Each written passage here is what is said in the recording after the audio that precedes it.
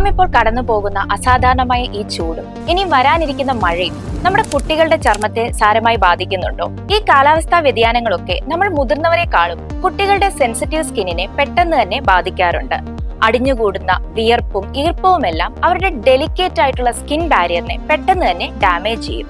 അതുകൊണ്ട് തന്നെ ഇപ്പോൾ ഒരുപാട് ചൂടുകുരു, പലതരം അലർജികൾ, ലൈറ്റിനോടുള്ള അലർജി, പല എയർബോൺ അലർജനുകൾ, അതേപോലെ അറ്റോപിക് ഡെർമറ്റൈറ്റിസ് ഫ്ലെയേഴ്സ്, കൂടാതെ ഫംഗൽ ഇൻഫെക്ഷനുകൾ ഒക്കെ കുട്ടികളിൽ കൂടുതലായി കാണാറുണ്ട്. ഇവിടെയാണ് കുട്ടികളുടെ ചർമ്മ ആരോഗ്യ പരിപാലനം അല്ലെങ്കിൽ സ്കിൻ കെയറിന്റെ പ്രാധാന്യം. The approach should be simple, proper and consistent. Soft-free cleansers ഉപയോഗിക്കുക, ലൈറ്റ് മോയ്സ്ചറൈസേഴ്സ്, കൂടാതെ സൺസ്ക്രീൻ ആവശ്യമെങ്കിൽ കുട്ടികളുടെ സൺസ്ക്രീൻ തന്നെ കൃത്യമായി തിരഞ്ഞെടുത്ത് അത് ഉപയോഗിക്കുക. വസ്ത്രങ്ങളുടെ കാര്യത്തിലാണെങ്കിൽ ലൂസ് കോട്ടൺ ക്ലോത്ത്സ് ആണ് കുട്ടികളെ കൂടുതലായും ധരിപ്പിക്കേണ്ടത്.